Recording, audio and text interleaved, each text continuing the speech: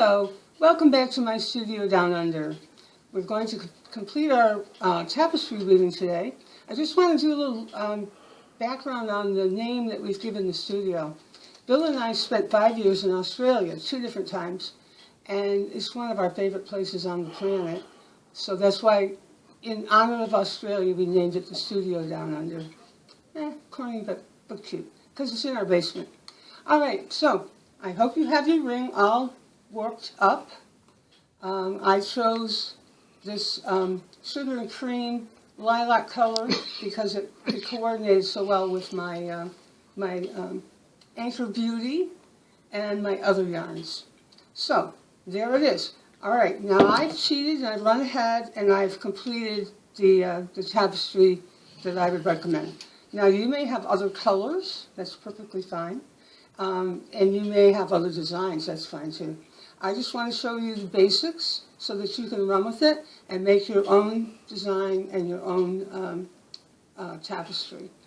The thing that I'm striving for, as I've said before, is to have the yarns complement the Anchor Beauty, the main kind of theme of your tapestry.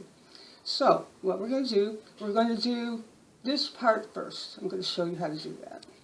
We're going to start with tabby weaving, which is plain weave. And I already have my butterflies. So I'm going to double it. You want your weft yarns to be the same as your warp or a little bit heavier, because you want to cover the warp. That's your ideal, that you will not see the warp except at the ends. So I'm going to get this little guy going. Now a little trick, if you want to get it to thread easily, is that you pinch it around your needle, if I could only do that. You pinch it around your needle and pinch it tight, and then it should go through the eye quite easily. Okay, so I'm doubling it. All right, I have it. All right, so I'm going to start at the outside. And as I told you before, you need a nice long tail that you'll put in with a needle later. You don't want anything short because it's going to poke out later. All right, so I'm going over, under, over, under, over, under. And again, remember, nice long tail. And continuing across. Okay, now this is important. You need to leave lots of slack so that it can go over and under your strings and cover them properly. So you don't want to pull it tight, you just want to leave it out there.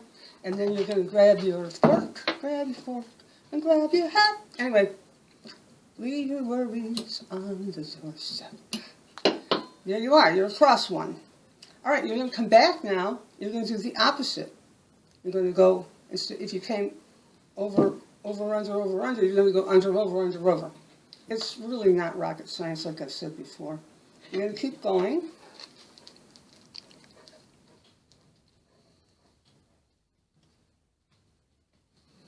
Yeah. And I obviously did not put enough yarn on this time, which is annoying, but no big problem. I'm going to come over here. Going to turn and start back. And now I've run out, so it's really rather well that I can show you. So get my little scissors, there we go, right here. And I'm going to pull it through. If you can see this, I'm going to go up the thread with it and out the back. And I'm going to pull it tight, and then I'm going to clip it. And I'll show you the finishing afterwards. We'll go down the back. Just let me show you the back of this. Nobody looks at the back. It's really wild. That's all your little ends hanging out. Now, if you're making a rug that's double-sided, different story. You've got to finish the back. But this is hanging on the wall. Nobody cares. As long as the little ends aren't hanging out the sides of the wedges, who cares? It's kind of fun. All right, so I'm going to start again. We're going to get some more this time.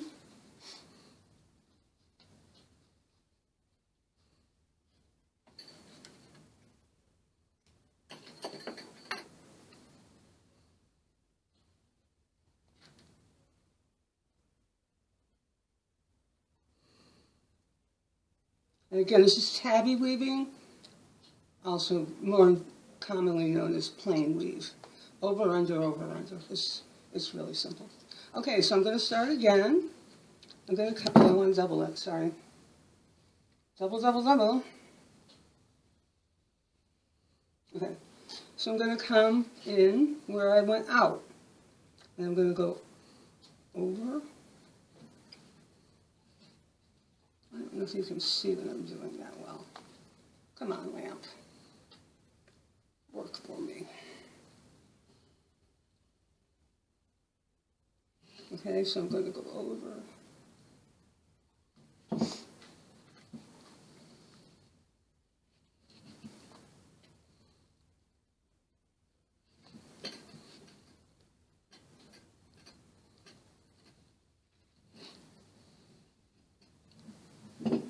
Leaving lots and lots of slack, and then I'm going to work it down. Tap it down. Okay, so that's how you're going to keep going until you have that whole area as much as you want. Now, if you want to start making a slant to it, you'll only go part of the way back.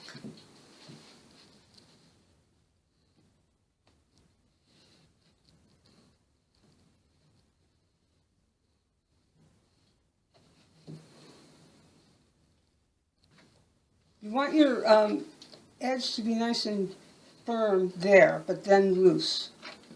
You're going to go partly over, and then start back. This way you'll get a wedge shape, or a diagonal is what I'm trying to say.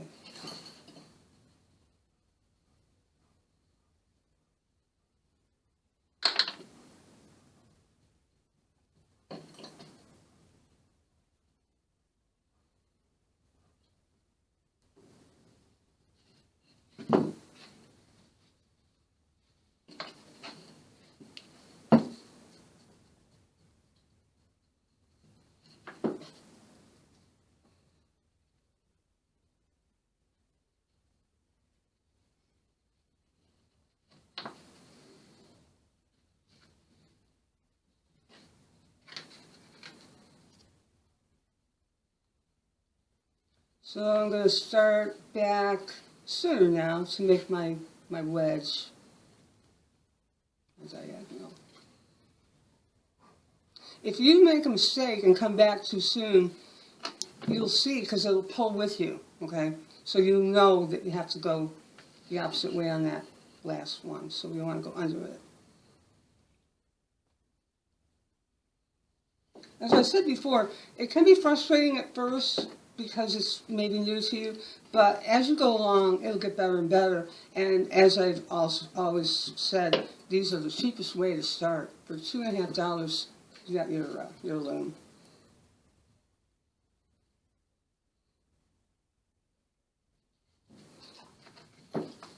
Okay, so let's just say it's all done, that we have our a nice wedge.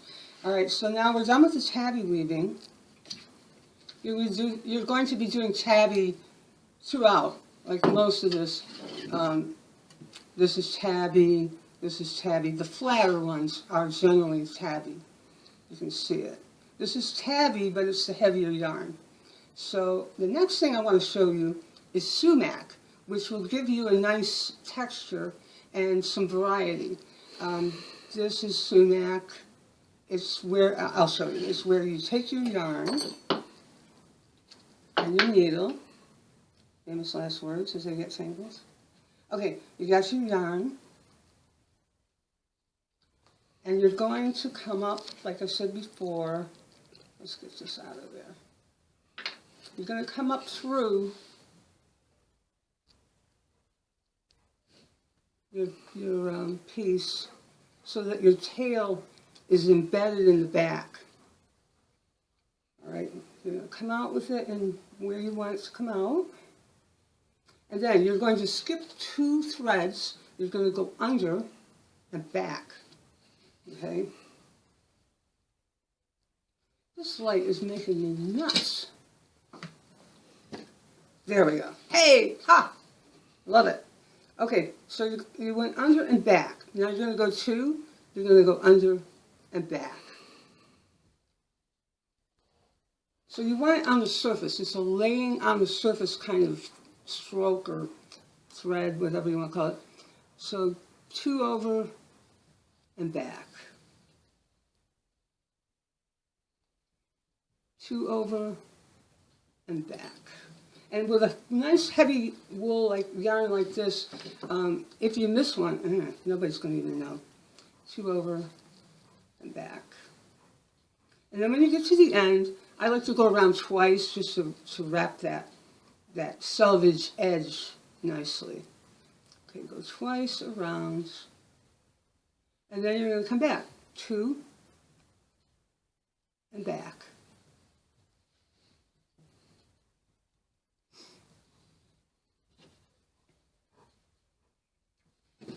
2 and back. 2 and back.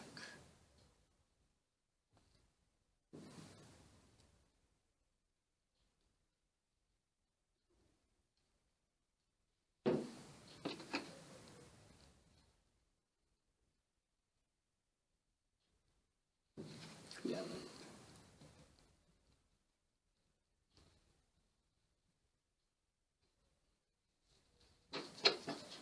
And you use your little fork, or I had said before, you can use an applique for larger sections. That works as well. Either one. Or just a regular comb, but they're a little more clumsy.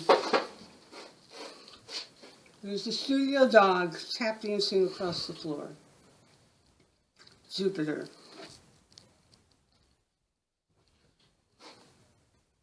Right, Jupe? He guards my feet. That's his job. It's a dirty job. Somebody's got to do it. Okay. So that's sumac. I think you'll love it. And for these 2 techniques, that's all you're going to need for your first tapestry. You're going to be able to do a nice variety. Like I like to have my colors like varied and my textures. This is leather. This is a nice metallic. This is a cute little fluffy, noodly kind of thing. This is the silk I had shown you before. This is dyed silk that I had made and cut into strips. And this is regular wool. This is a boucle kind of wool. Metallic again. This is ribbon. Regular packing ribbon. Or, I'm sorry, silk ribbon, whatever. And then this is a velour. Nice, nice yarns. So, that's the finished product. And I really hope that you enjoy doing it, and I really want to see your finished products put onto Skillshare, because I think everybody will enjoy seeing what you come up with. It can be your own colors, it can be this, it's whatever suits you. So thank you so much for coming to my studio down under. I'll be teaching some more classes as we go along. The parallel warp classes, that'll be my next one. If you choose to put beads on, this is the time. You get it all finished. Decide, yeah, I want a bead. You sew them on the same as a button. You just go through the bead and through the back of the tapestry. And then when you're finished, the main thing is to make sure your ends are really secure, that it's tied on, that you use a nice heavy button thread maybe, and that it's securely anchored at the back, and so you don't have your buttons popping off or your beads popping off. So thanks again, and I look forward to seeing you in my next class.